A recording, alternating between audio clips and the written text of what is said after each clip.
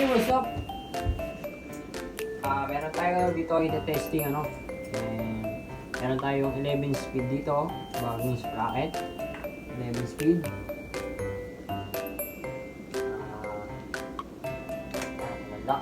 Testing natin kung kakasya siya dito sa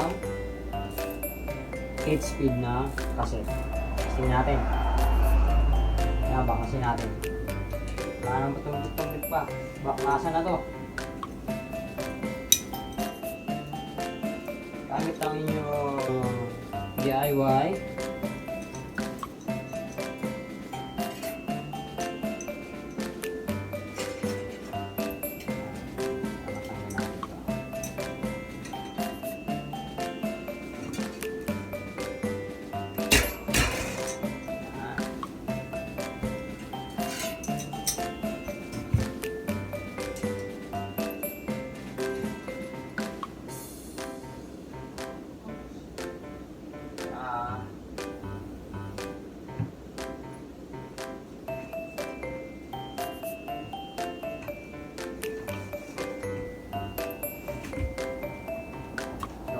Natin kung kakasya. Kung kakasya siya.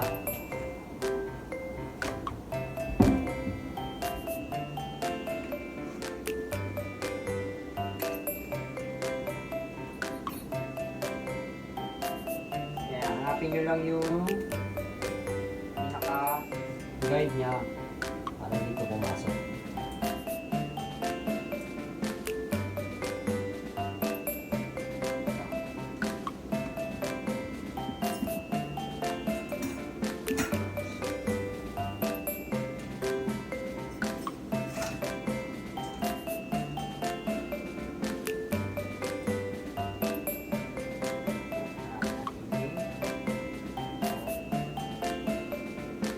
Eventually, nakikita nyo siya dito, no?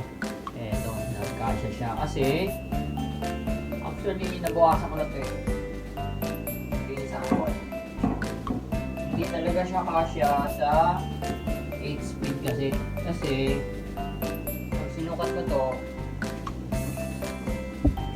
yan, kailangan dito is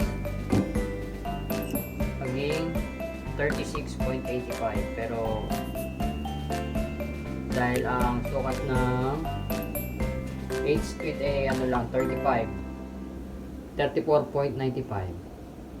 yan siya. Okay, mahirap tingnan pero ito binawasan ko na to para magkasya siya. Ito then dito kasi hindi siya kasya pero parehas na tong ano parehas silang 8 speed cassette 8 speed haba. Yun, yung isa nandun yung sa ulo.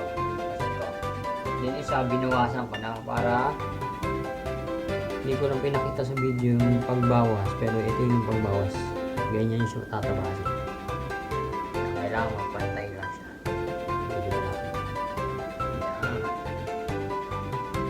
Okay. Dito na siya.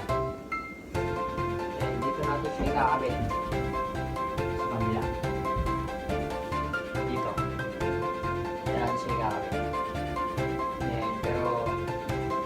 I-assemble muna natin. Yan. So, meron tayong dalawang 8 speed cassette. Itong isa, yung pa nabawasan to. Hindi talaga siya kasya. Kailangan natin magbawas ng at least 1.5, 1.8 para magkasya siya. Ito yung ito yung isa nabawasan ko na. Yan. Na siya masyado na hindi ko na siya napakita kung paano binawas kasi doon ko sa company binawasan ko kasi nandun yung grinder. Yan. So, lahat kailangan pantay yan kailangan kung gaano kayo kagaling gumamit ng grinder kung gaano kayo kalakas to para hindi nyo masira yung inyong kasi ibang kung mag-DIY kayo katulad ko. Yan. Pinturahan natin siya ngayon. So, ito pinturahan na natin. Pero medyo basa pa siya. Gamitan natin ng blower para mabilis matuyo. Clear lang muna Baka yung manipis lang tapos painitan ulit para mas maging maganda yung ano. Pag makapal kasi agad, pangit yung piniturahan. Yeah, patayin natin.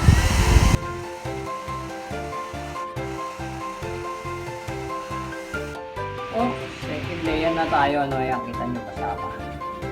Yan, may tabing-tab siya. Bali, ano siya? Matte black yung ginamit ko. Ito siya. Matte black. Yan, matte black siya.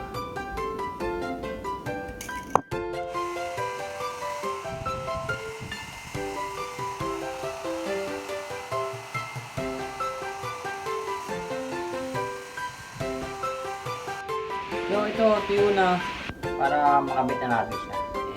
Ikakabit na natin siya doon.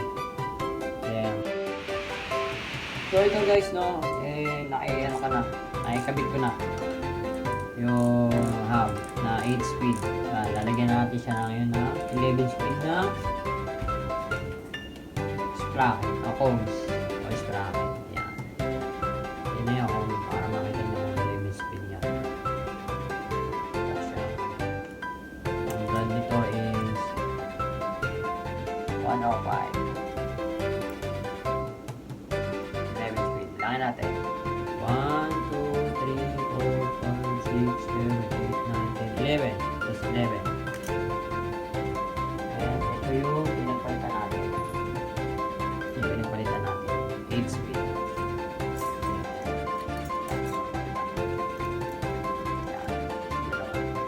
Ito yung papalitan natin. Ito yung gagamitin natin.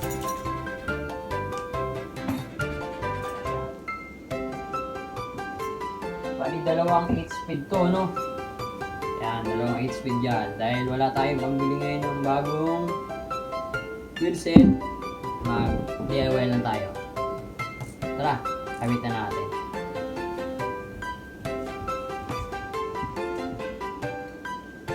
Eto siya.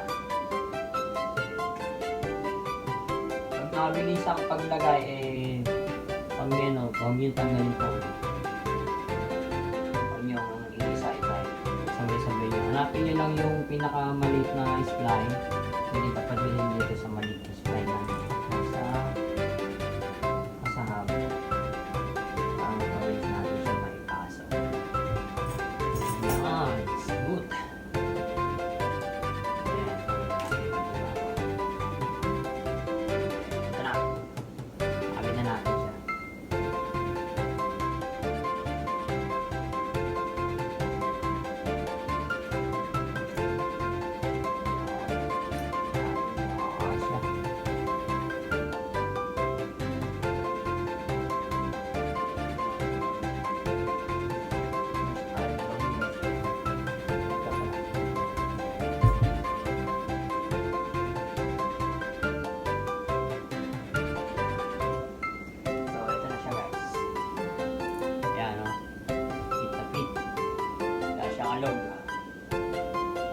So maganda yung pagkakatabas nyo dun sa hub. Wala siyang alog. Yan, 8 speed yan. Yan yung tatak na ito is nabili ko lang to second hand. Ito tatak nitong ano na to Giant SR3. I think walang ano nito walang 11 speed nito. Pang ano lang to, pang 8 speed to 10 speed siguro. Kasi isa lang ang sukat ng hanggang 10 speed. 8 speed to 10 speed. Isa lang. Pagdating ng 11, medyo mag-iiba na siya. Lalaki siya ng 1.85. So, at tunay na sukat ng hub ng 8 speed is 34.95. Then yung 11 speed is 35.85, 75. Ito na, ibitan na natin.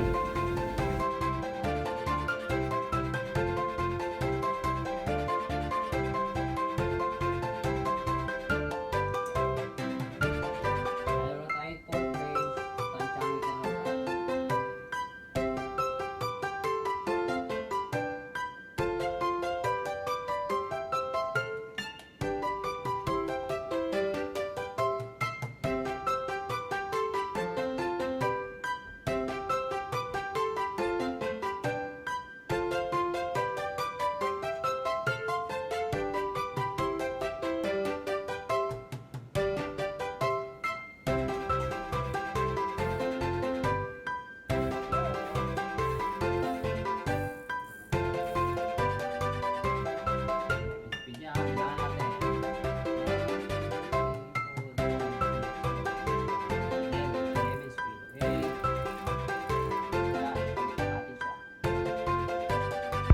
So guys, nakakita natin siya. Wala pa siyang mali.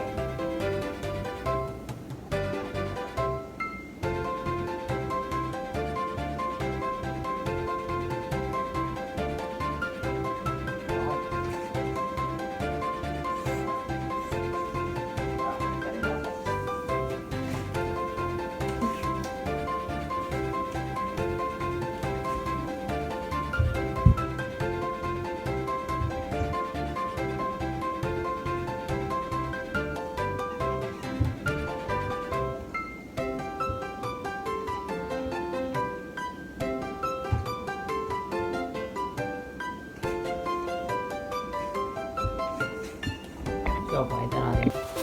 So, yan siya. Yan. 11 speed na siya. Yan, nakakabit na siya.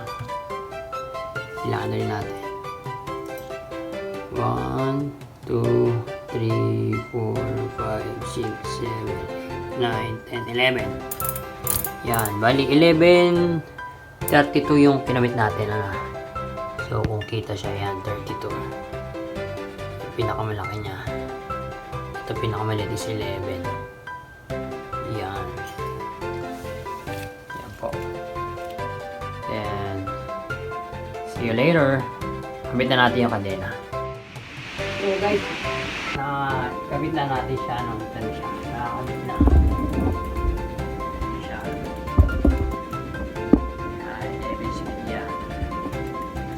Tayo ng RD saka ng crank saka ng FD, pero ang gamit natin nun is 8 speed, so medyo hindi siya compatible talaga. Although pwede, nagamit siya sa ilang long ride, pero pag nung pinalitan ko na siya nito ng FD, nagkaroon na siya ng problema dito sa kadena. Sumasabit na siya dito. Saka yung ito hindi talaga sila magpantay. Kaya eto, nagpalit na tayo. So gumana naman siya sa 8 speed na may konting modification lang na pinakita ko kanina sa video. Nakakita niya dito sa dito. Dito sa taas. Ito. Magana siya.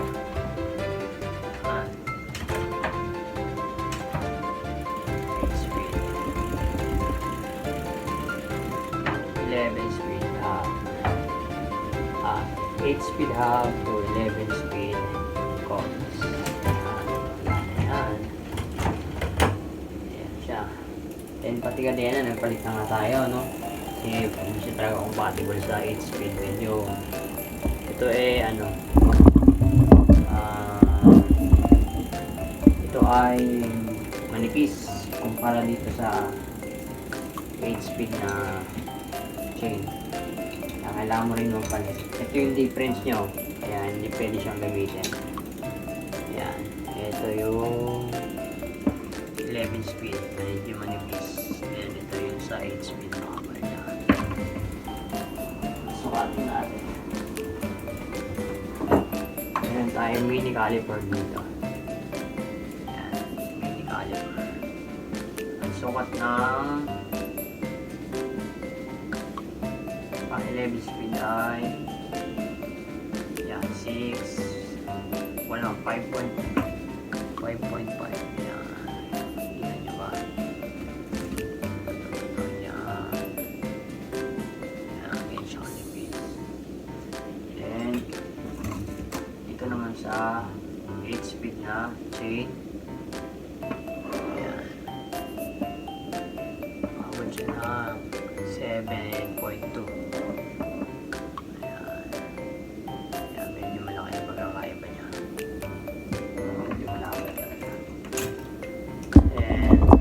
Gusto mag-DIY ng 8 speed to 11 speed, pwede naman. Medyo may konting modification lang tayong ginawa. And enjoy the DIY. Do it yourself. Destroy yourself. Destroy your bike. And peace out. Thank you for watching.